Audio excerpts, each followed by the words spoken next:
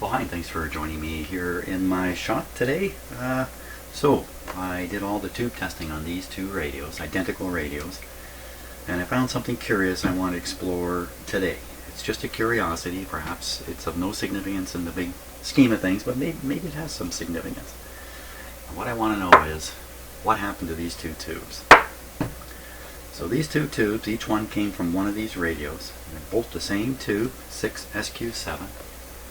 They both tested very poorly in my tester.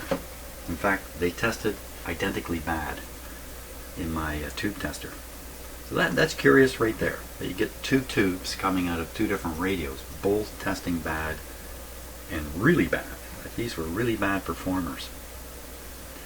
So my question is, what happened to these tubes? Is there something going on in these radios that are hard on these tubes, and that's why these two, or this one really, in the circuit, got worn out when no other tubes got worn out. And what I mean by that is, I'm not talking about the rectifier tube or the output tube. Those tubes wear out in normal operation, the life of the radio, need to be replaced.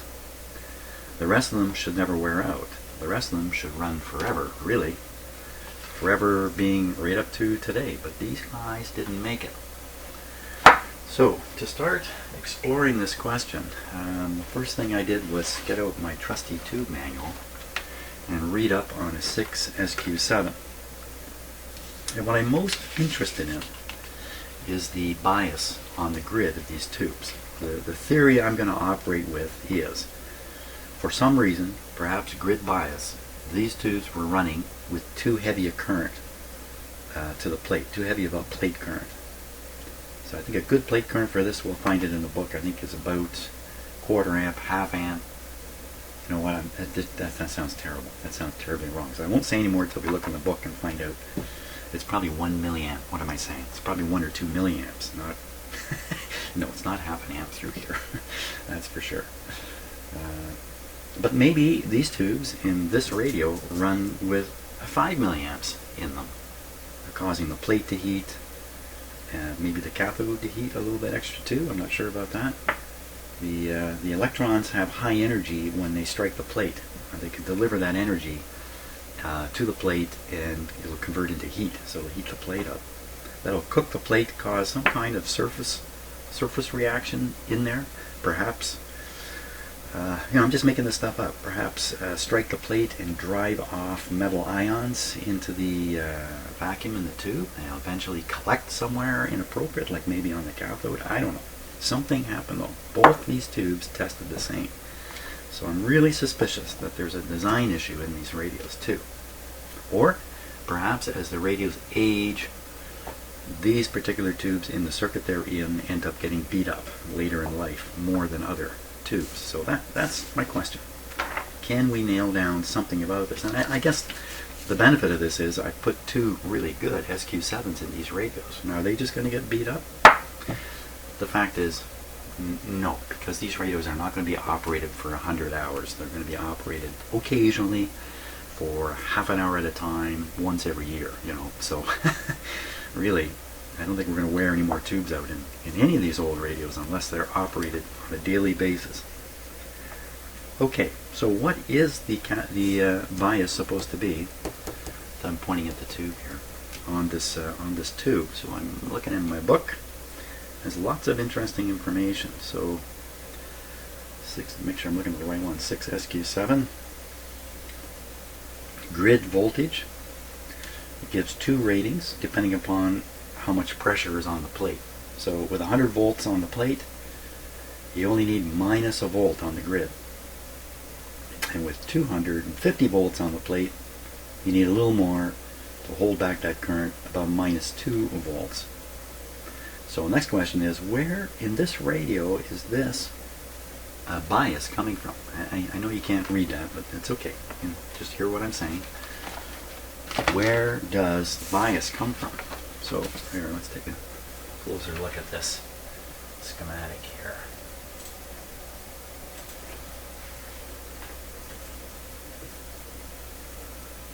Okay. So you see the 6SQ7 here. The grid is this pin right here. So if we follow the wire from the grid, hey, let's not do that. Let's do this first. Follow from the cathode. Here's the cathode. There's a K right in there. Cathode goes straight to ground. See on this schematic how they've headed up the ground bus.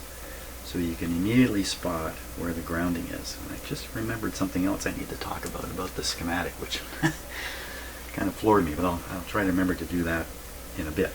Let's try. Stay focused, John. So the cathode is grounded solid. So there's no cathode resistor, so there's no biasing of this tube through a cathode resistor. That's not being done. So somehow the grid is picking up its bias from somewhere else. So we just follow this to find out what's going on. Pass this resistor for now. No, let's not pass the resistor. Let's look at it.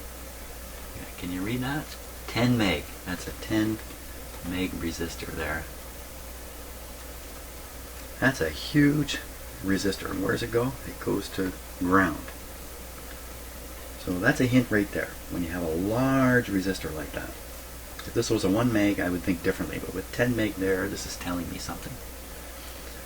So any voltage that is on the grid, DC voltage, can't get past this capacitor.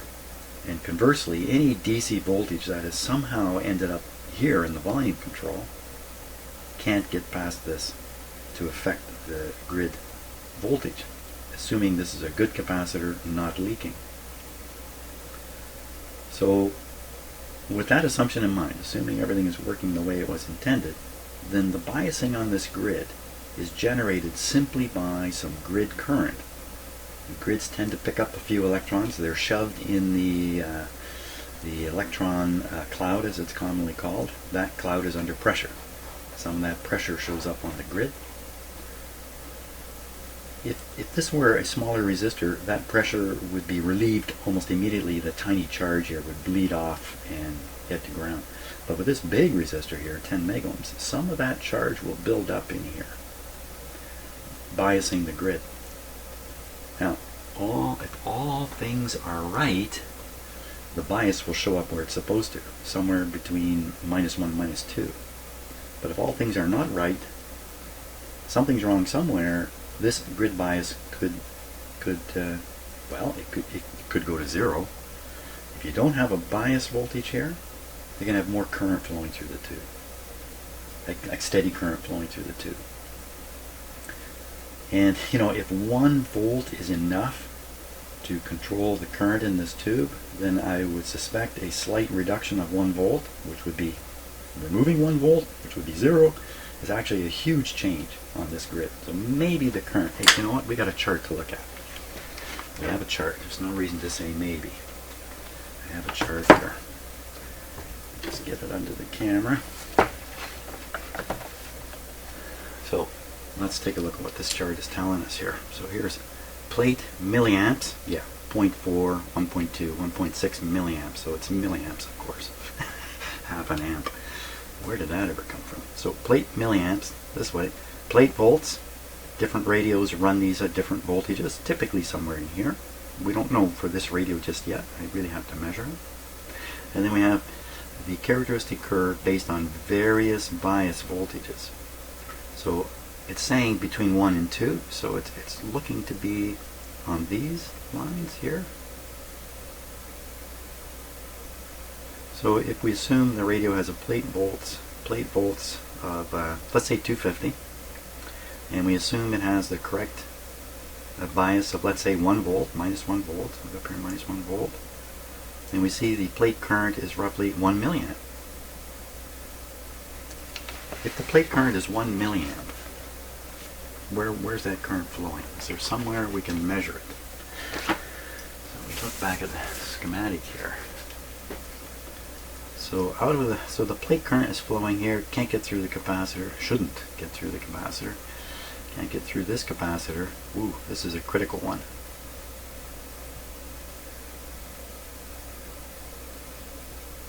I got quiet for a minute here.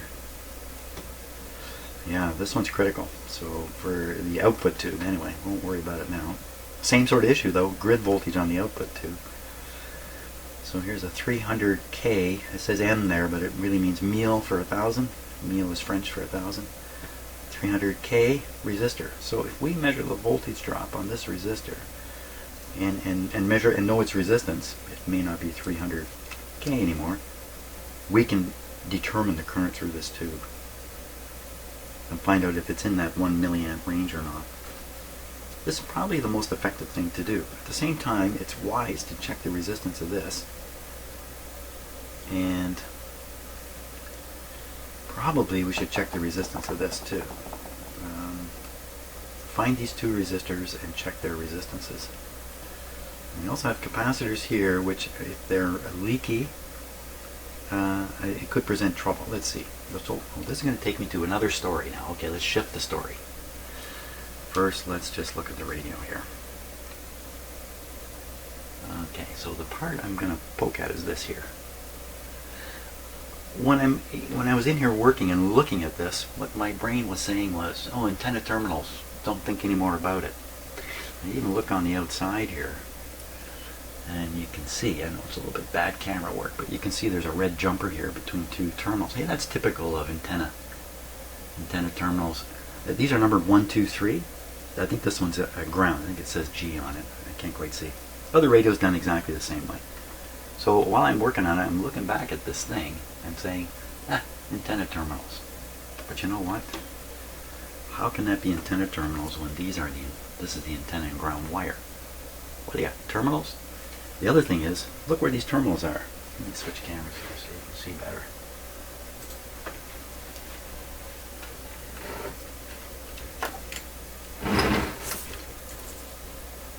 Well, they are accessible. I was going to say they're hidden behind the antenna, but they're actually accessible here.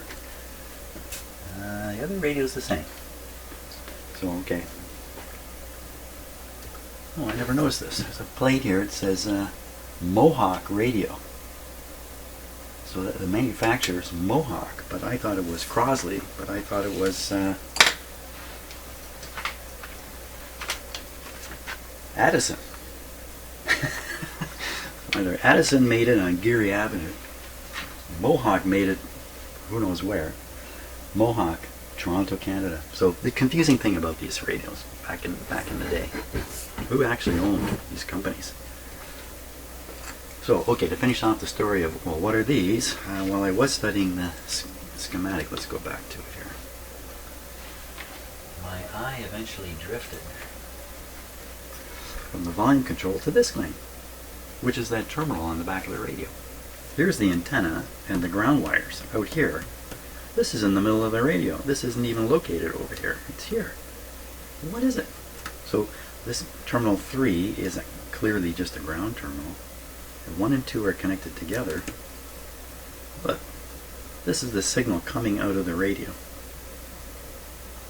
It's tied by that little wire over to pin 2 or screw 2, and then it's on its way to the top of the volume control and on its way to the speaker. So this is actually an audio thing. It's clear to me now, if you want to play your record player through this radio, you would feed the cartridge signal into here.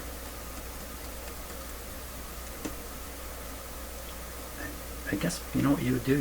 You would take this off and you would feed the signal from your cartridge, from your record player, into ground and terminal 2, and it would travel from terminal 2 out to the speaker. So that's actually a phono input, but it's not got any kind of switches. You have to get out your screwdriver every time you want to play a record. Okay, just little things that clear up as you go along.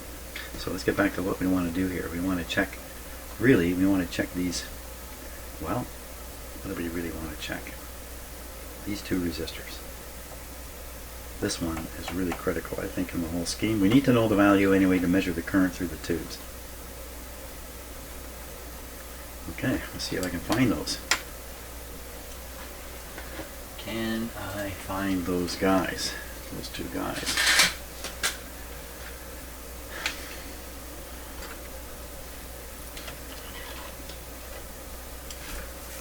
So the tube in question is where?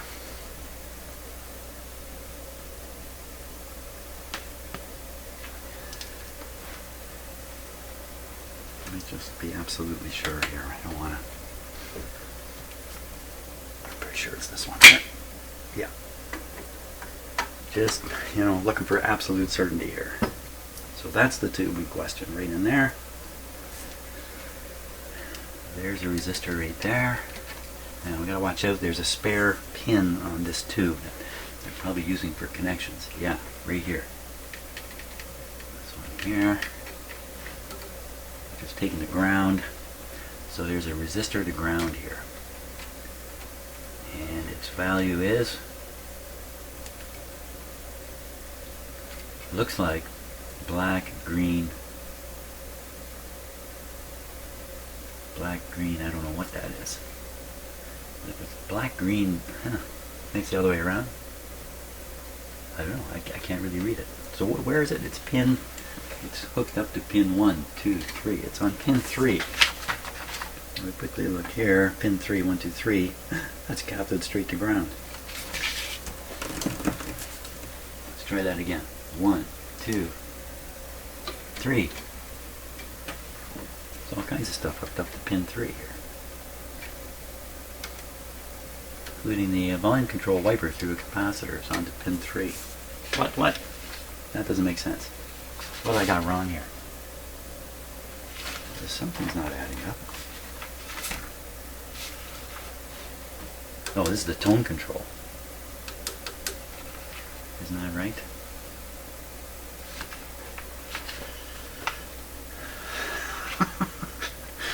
No, it's not right. Well, I've forgotten which one's the volume and the tone. So we won't worry about that right at the moment. Let's see. So this has a back tab on it. So this is the volume control. This is what we're looking at right here for sure.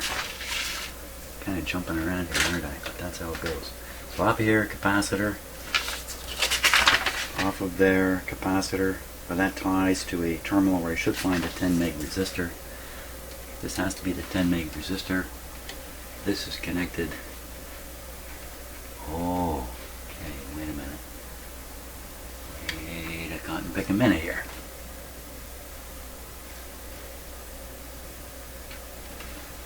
One, two, pin 2. 2 is the cathode. 2 is the grid. 2 is the grid. Just bear with me here while I sort of unconfuse myself. So this must be a ground terminal here. Yes. Okay, so that's what's going on. So that is the resistor. That's the big whopper going to ground here. That's one. That should be a 10 meg. Okay, so we got that. Now coming off the plate. 1, 2, 3, 4, 5, 6. Pin number 6. 1, 2, 3, 4, 5, 6 is way under this capacitor here. But this is the resistor here. You can see it's orange something yellow. 3 something K. So there we are. 300K. Okay. Let's check the resistance on these guys. Just doing it in circuit. Start with the 300K one first. Doing this in circuit probably doesn't matter. I should be able to get a reading here. Let's check. 2 meg setting on the meter. 300K. So rather than 300K, I'm getting a 1 meg reading on there. Go up to 20 megs. Similar reading. Reverse the leads. Similar reading. So the 300 has become 1 meg. Hey, let's get the other radio up here. I almost forgot I got 2 radios. Jim, that's where all the fun is. Okay, so now we try to find the same resistor. There he is right there.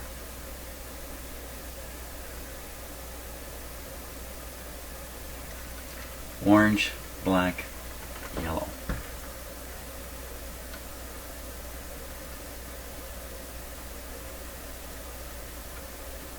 So he's gone way high also.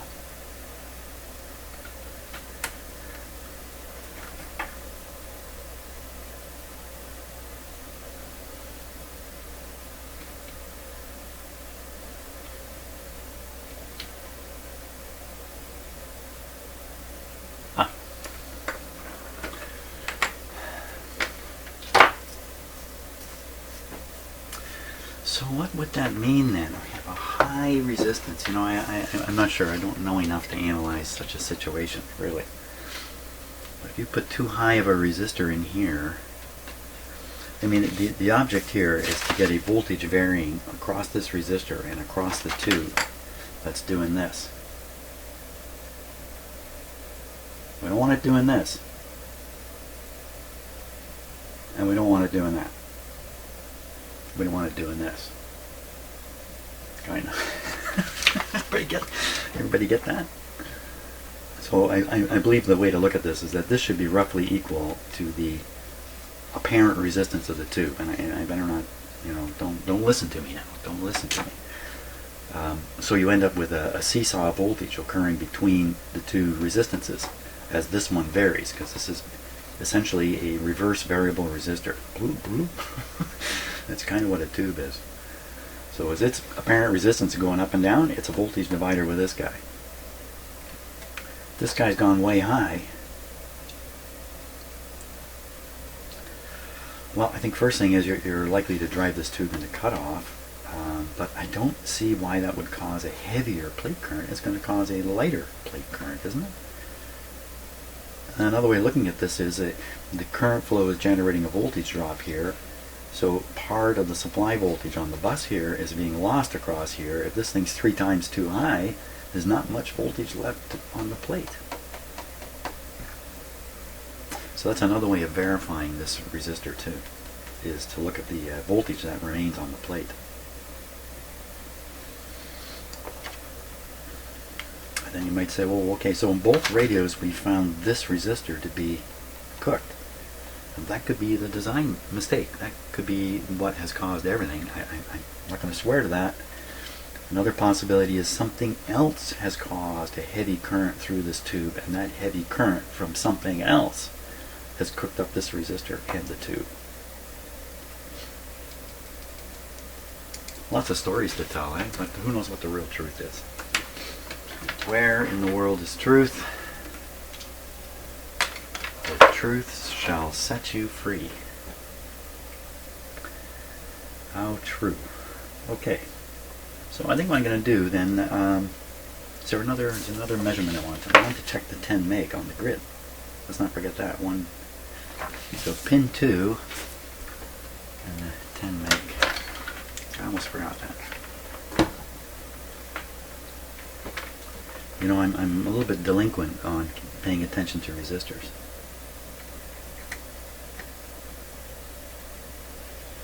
It's supposed to come out at 10 meg. So there's obviously some capacitor involved here.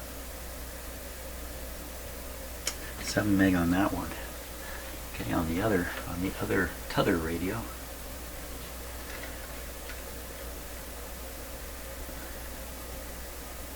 This is going to come in around 10.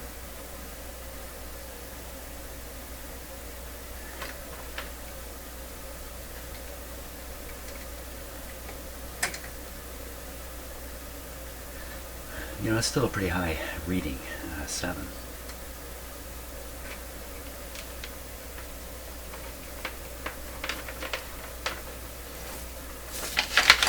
Let's see, what could really affect that reading?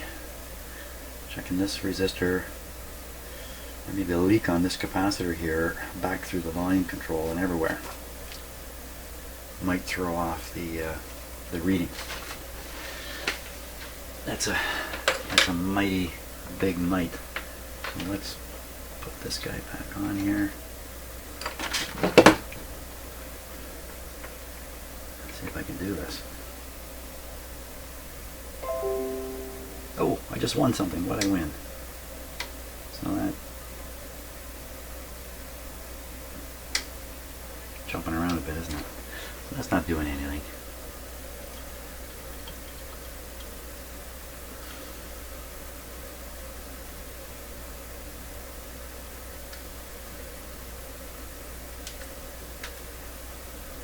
That seemed to do something there. What's going on? How come the reading went down and it's going back up now?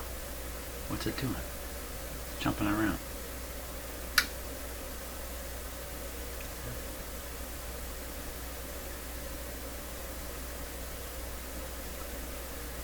You got me as to why this would jump around. That's strange. It's every time it dips below 12. I'll take that back. It just seems, that's really weird. But I see weird stuff on these radios all the time. I guess it's remotely possible that there are interference signals floating around in my shop, and that's for sure. There's no doubt about that. Perhaps in some cases, even with everything switched off, there are still signals entering the radio, getting detected somehow, rectified somehow, something going on. Mysterious stuff. Okay, nothing really seriously wrong with those large resistors.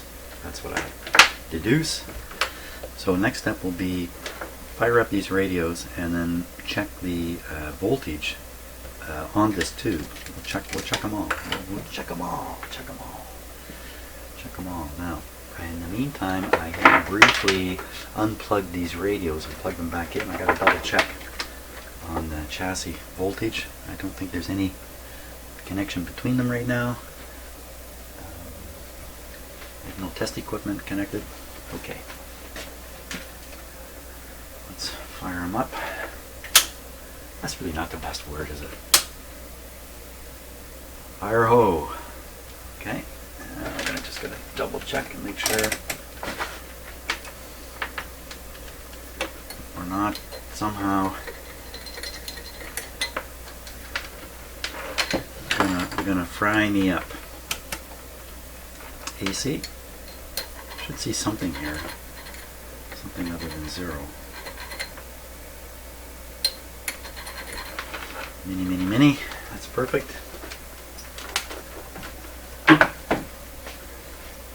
Now let's get rid of that. Put this here.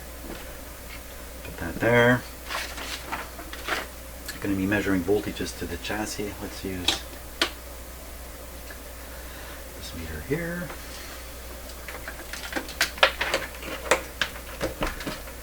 Grounding to the chassis. Okay, so this meter where? This meter over here. This one here. So it's set to 500 volt scale. We're going to look at the plate first. Plate resistor either side. So one side we should see pretty much B plus, and the other side should be what's left for the plate. Okay, here we go. Now, you know what? Okay, here we go. Okay, so on the meter, I read 150 volts, and on the other side, about 50 to 60. 150 sounds a little low in itself. Oh, I don't have this on full. Full! There we go. So now, I think what happened there was, you didn't hear anything, even though the volume was full on this radio, until I raised the voltage. A tube was lifted out of cutoff, and the radio came to life. That's what I think we just heard. Let's go back and check these now. This side, a more healthy 300 volts. And this side,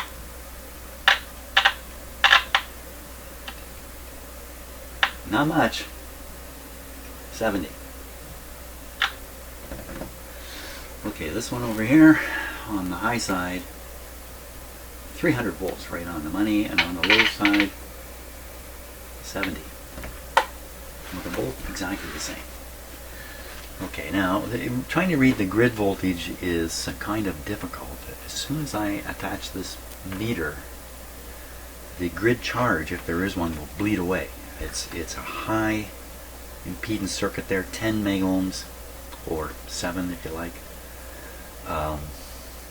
So what I'm going to do, I'm going to hit the grid with this. We're going to watch how the meter behaves as it discharges the grid. Okay, we'll put this on 5 volts, because I'll bet you there isn't 5 volts there. So what I expect is the meter's going to hop up and come down. And the best we can do is compare the two radios. And this may be noisy. We may hear this, maybe not. Okay, so this is the grid here. I negative.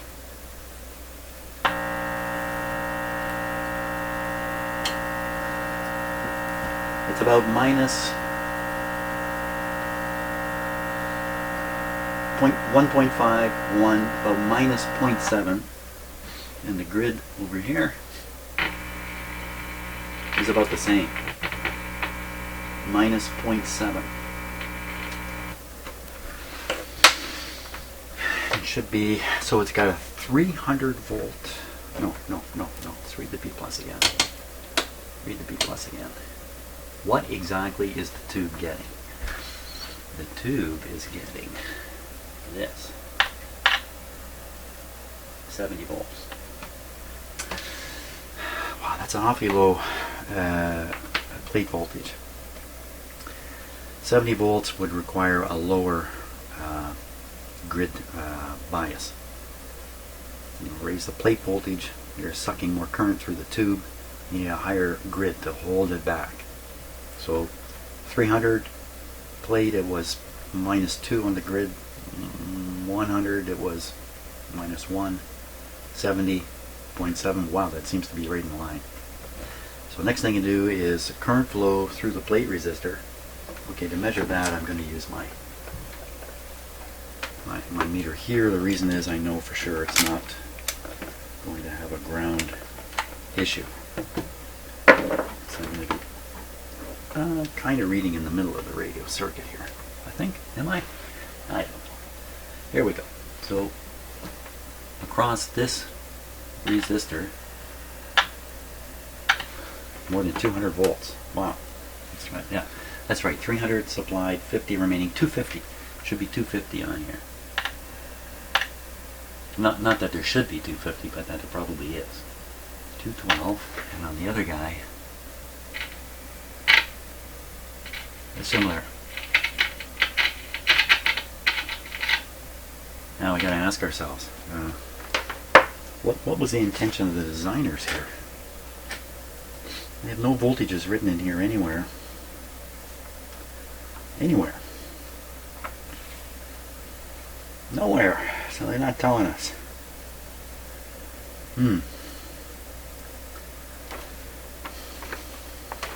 Well, I think the sensible option is for me to change all 4 of these resistors. Retest the radio. Oh, I didn't calculate the current. Let's calculate the current. That, wait a minute. Now that's kind of interesting. That's a fairly high. So, okay, never mind. The incomplete plots here, just incomplete plots. So, if we've got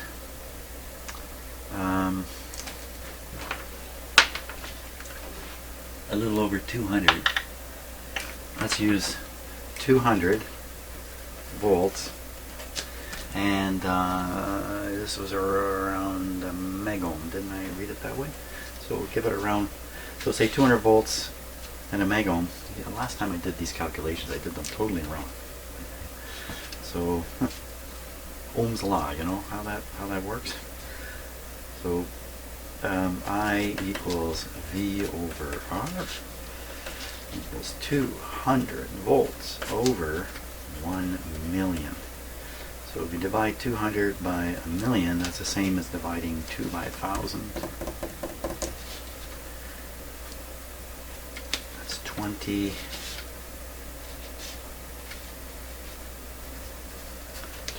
over 10,000. So 20 divided by 10,000, you move the decimal point once, twice, three times, 4 times, 0, 0, 2. So 2 milliamps is what this works out to. 2 milliamps. 2 milliamps. I think that's just a little high. 2 milliamps. So the scale here on plate milliamps for this tube doesn't even reach 2. It stopped at 1.6. I think that's a bit of a hint. So and I know I've done this kind of a little bit on the fly here, but if it is 2 milliamps, that is pushing the tube too hard.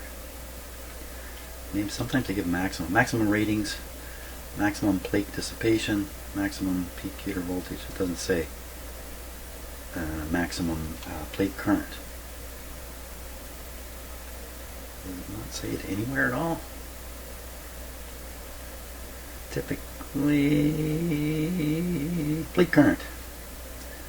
A half a milliamp, 1.1 milliamps, and we're up at 2. So okay, 1.1 milliamps with 250 volts. We've got 70 on here. 70 volts on the plate, and it's drawing 2 milliamps, double what the tube is intended for.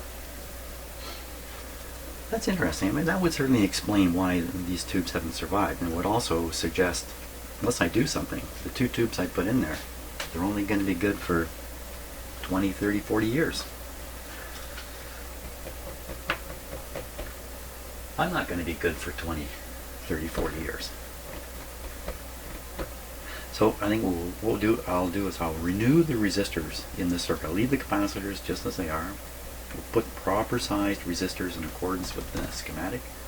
We'll retest the radios, which I will turn off now before I forget, and see what we get. That's the plan. Hey, thanks for watching. I'm going to probably be busy doing other stuff from here, but I may get back in here later today.